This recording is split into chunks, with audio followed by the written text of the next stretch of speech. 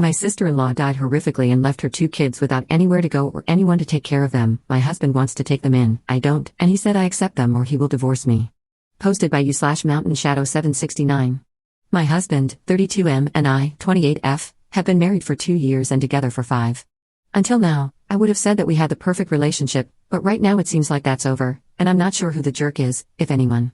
I grew up in a really bad, abusive, and neglectful situation.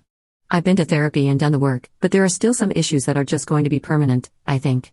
The 2 relevant here are that I need to have a calm, safe living space that is mine to function, and I do not do well around children. I don't hate children, but I was forced into raising 7 siblings and step-siblings when I was still a kid myself, and I will never be responsible for another kid for as long as I live. I've had my tubes removed to make absolutely sure there will never be an oops. My husband has known this since the beginning and also does not want children. His family situation is also not great, but he's still involved with them, mostly for his mom and nephew's sake. About a month ago, my sister-in-law was murdered by her ex, who killed himself as well. The boys were visiting my mother-in-law, so thankfully they weren't in the house when it happened. Otherwise, I think they would be gone, too. It's horrific. My mother-in-law, the boys, and my husband are devastated. My sister-in-law was not my favorite person in the world. She had a lot of the same traits my abusers had, but nobody deserves that, and I'm trying to be supportive of their grief. The problem is that there's nowhere for the boys to go. They were staying with my mother-in-law, but her health is so poor that DHR decided that she's not stable enough to have custody.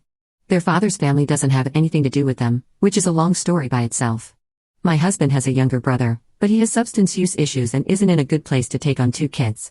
That leaves my husband and me as the only real family placement option.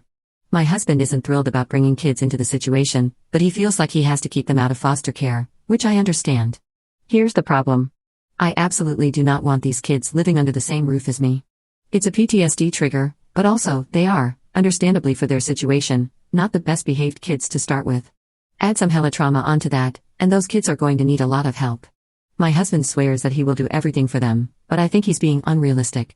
We got into a really nasty argument about it, and he said that this is a make or break moment for the marriage because he's not backing down, and he'll take the kids and divorce me if he has to. Our house was mine before we got married. I inherited it from my grandmother. I insisted on a prenup to protect it when we got married. My husband has a health issue that makes full-time work difficult, and he struggled at the best of times before we got married. If we split up, his chances of finding an affordable place to live nearby in the current market are not good. He's not quite disabled enough to receive disability. Frankly, if I and the house weren't part of the bargain, I'm not sure that DHR would place the kids with him. Where I might be the jerk is that after he threw the D word at me,